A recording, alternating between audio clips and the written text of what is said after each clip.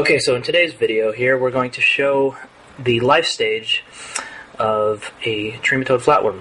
One of the particular life stages of a trematode flatworm. They're very complex. Usually it involves 3 different hosts, and this host is a snail called Redia. This snail likes to live in salt marsh areas where it's nice and muddy, mucky, sort of like this.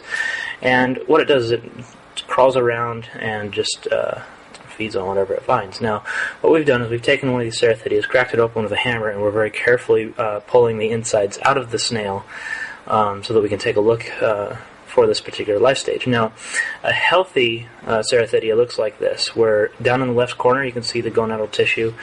It's nice and brown. Well, in ours, it looks all white. So what we're going to do is we're going to go ahead and tease this apart and see what we can find. Now, the life stage of this certain trematode, the adult is in the bird.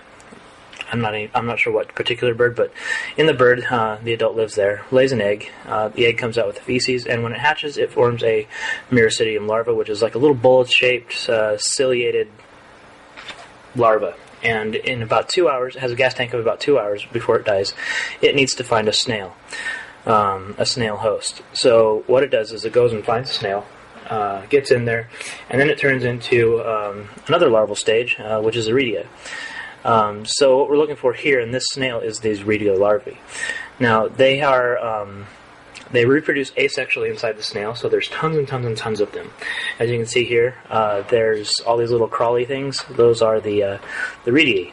And what they'll do is they'll grow, and then eventually they'll form a Siccaria larva, which leaves the snail, goes, finds a fish, encysts in the fish's brain, and it causes the fish to be a little bit slow, which means that it's probably going to be the one likely to be eaten by a bird, thus completing the life cycle.